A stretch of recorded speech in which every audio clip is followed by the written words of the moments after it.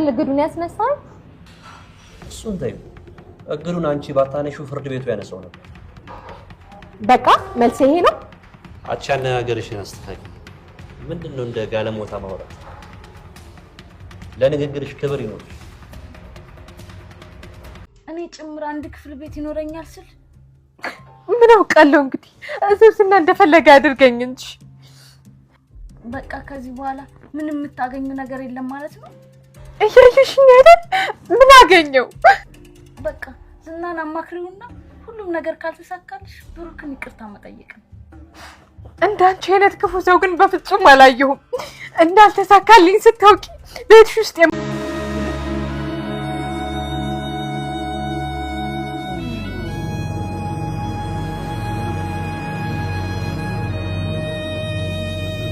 የእንጀራ ልጇን የምትመርዘው ጨካኟ የእንጀራ እናት ምሳሌ ሕክምና እንዳታገኝ እንዳትታከም ቤቱ ተሽጦ እገዳ አድርጋብን ነበር። ይሄንን ደግሞ በዝና በኩል ከዝና ጋር በመተባበር አድርጋው ነበረ።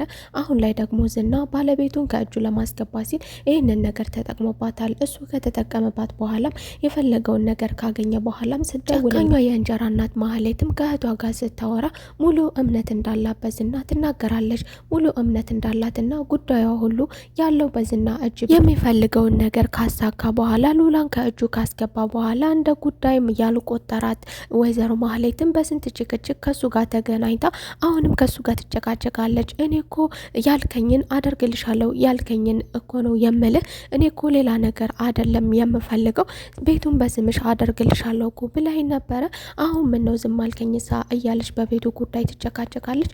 እሱም ከጉዳይ ማልቆጠራት እኔ ስንት ነገር እያለብኝ ስራ በስቶ አንቺ ስለዚህ ነገር ትጨቃጨቂያለሽ እንደው ግርም ድንቅ የሚለው ነገርም ደግሞ እሷ ያናገረችው ጭራሹንም አትጮሂብኝ አትንጨርጨሪ ተረጋጊ እናማ ደግሞ ቤቱን አንተ ግዛ ብለሽ ያልሽው ሐሳብ ደግሞ እኔ ቤቱን ገዝቼ በስምሽ እንዳደርግልሽ ነው የምትፈልጊው ሲልም በዚህ ባህሪዋ የተገረመው ይሄንን አስገራሚ ጥያቄ እየጠየቃት ዝናም እሷም ያለማፈር አዎ እንድታደርግልኝ ነው የምጠብቀው ከዝናም ጋር እየተነጋገረች እያለ በቅርብ ርቀት እየተከታተለችው የነበረችው ኤፍራታም ስልክ በመደወል ለማህሌት እየተመለከተችውን ነገር ታሳውቃታለች። ማህሌትም እንብዛም መንጨርጨሯንም ትቀጥላለች። አዞርልሻለሁ እኮ ብለኸኛል እያለችው እያለ እሱም ደግሞ ተረጋጊ አትንጨርጨሪ ለመሆኑ ገዢዎቹ እነማን እንደሆኑ ታውቂያለሽ ወይ በማለት እሷ ቅድሚያ ያሰበችውን ሐሳብ እሱ በራሱ በብልሃት እንዳደረገው ይነግራታል።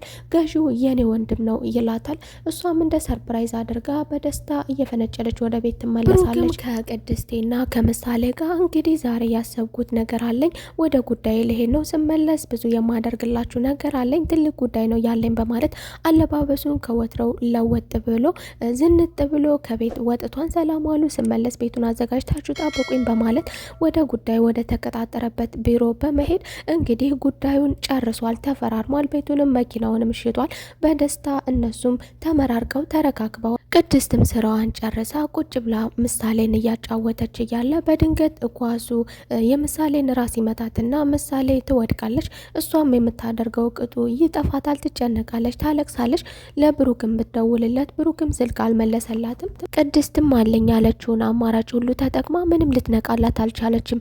ይህቺ ልጅ ምንም የምታውቀው ነገር የላትም ቢያማትም ባያማትም ስለ መድኃኒቷ ምንነት አባቷ ብቻ ነው እንደፈለገ የሚያደርጋት። ይህቺ ልጅ ምንም የምታውቀው ነገር የላትም። አማራጭ ስታጣ ወደ ዳጣ ትደውልላታለች። በዚህ ሰዓት ደግሞ ዳጣ ከሞገስ ጋር ነበረች። ስልኩን ስትደውልላት ቅመሟ እንዴት ነሽ ምንድነው ምናምን ስትላት እሷም ባክሽ ምሳሌን አሞብኛል ለብሩክ ደውይለት ስትላት እሱ ስልክ አላነሳለኝም እባክሽ ነይ ትላታለች። ወደ ዶክተር ውሰጃ ስትላት እኔ ዶክተር ምንም የማውቀው ነገር የለኝም እባክሽ አንቺ ነይ ከሆነም አንዲ ስትላት ሞገስም ምንድነው የተፈጠረው ይላታል። ምሳሌ ናት ምሳሌን አሟታል እያለች ነው። እሱም በጣም ይደናገጣል። የጓደኛው ልጅ ናት ምንም ቢቀየምበትም ይሄንን ነገር መጥፎን አጋጣሚ አይፈልግምና በቃ እሺ እንሄድ አብረን ስትለው እሷም አብረን አንሄድም እኔ አልሄድም ባይሆን እርዳታ ከፈለጋችሁ ገንዘብ ካስፈለጋችሁ ከዶክተሩ ጋር ውሰዷትና የሚያስፈልጋችሁን ነገር አንቺ ደውይልኝ እኔ አስተካክልላችኋለሁ በማለት እንግዲህ ዳጣም ወደ ቤት ሸኝቷታል። ዳጣም መጥታ ምሳሌን አንስተው ወደ ሆስፒታል ይወስዷታል። ሆስፒታል ውስጥ ደግሞ የሚያስፈልጋቸውን ወጪ ሁሉ ሞገስ ሸፍኗል ማለት ነው። ብሩክም ከገዢዎቹ ጋር ተመራርቆ ከጨረሰ በኋላ ይህንን ነገርማ ለማህሌት እነግራታለሁ፣ ይህንን ነገርማ ማወቅ አለባት በማለት እንግዲህ ስልኩን አውጥቶ ይደውልላታል። እሷም ከኤፍራታ ጋቷ ጋር ሆና እየፈነጠዘች ነበረ። ዝና ሰርፕራይዝ አድርጎኛል፣ ቤቱን የሚገዙት ሰዎች ሊያስተጓጉሉት ነው፣ ልክ በፊት እኔ እንዳደረግኩት ሞገስ እንዳደረገው የዝና ሰዎች ናቸው ገዢዎቹ፣ የዝና ወንድም ነው፣ ስለዚህ ቤቱ አይሸጥም በማለት እንግዲህ አስለቅሰዋለሁ፣ አሁንም ከእግሬ ስር ነው በማለት እየፈነጨለች ነበረ። ብሩክ በተደጋጋሚ ሲደውልላትም አታነሳም ነበረ።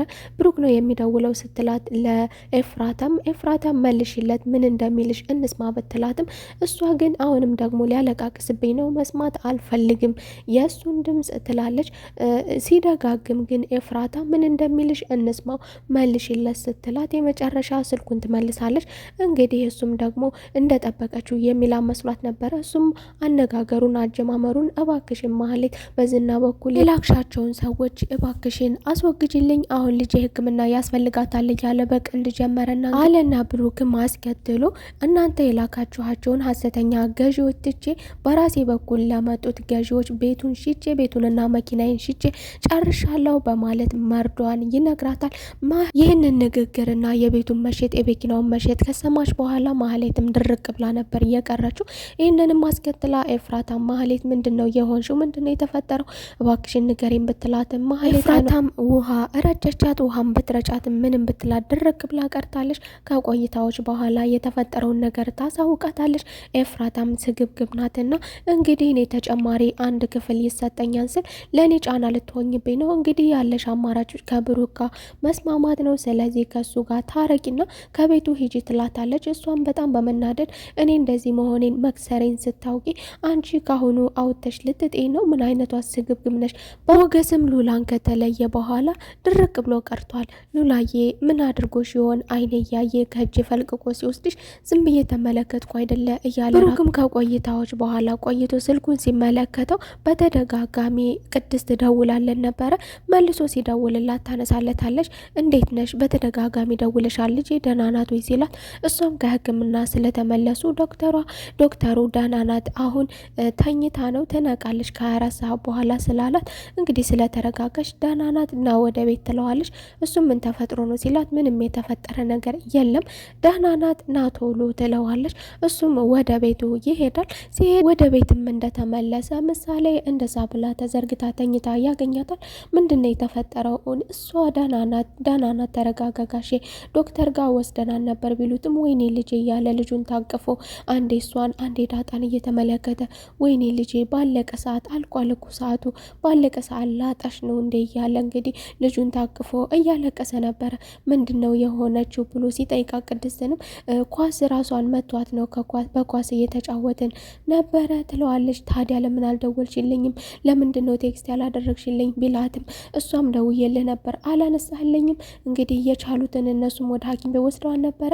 ምሳሌ በጠና ታማለች። አባቷ ብዙ መስዋዕትነት ከከፈለ በኋላ ይህንን ብር ለማግኘት ብዙ ጊዜ ወስዶበታል፣ ብዙ መስዋዕትነት ከፍሎበታል። በመጨረሻም ከብዙ ውጣ ውረድ በኋላ እና ከብዙ ልፋት በኋላ ገንዘቡ ተገኝቶ እሱም በደስታ ያሰብኩ ሁሉ ተሳክቶልኛል።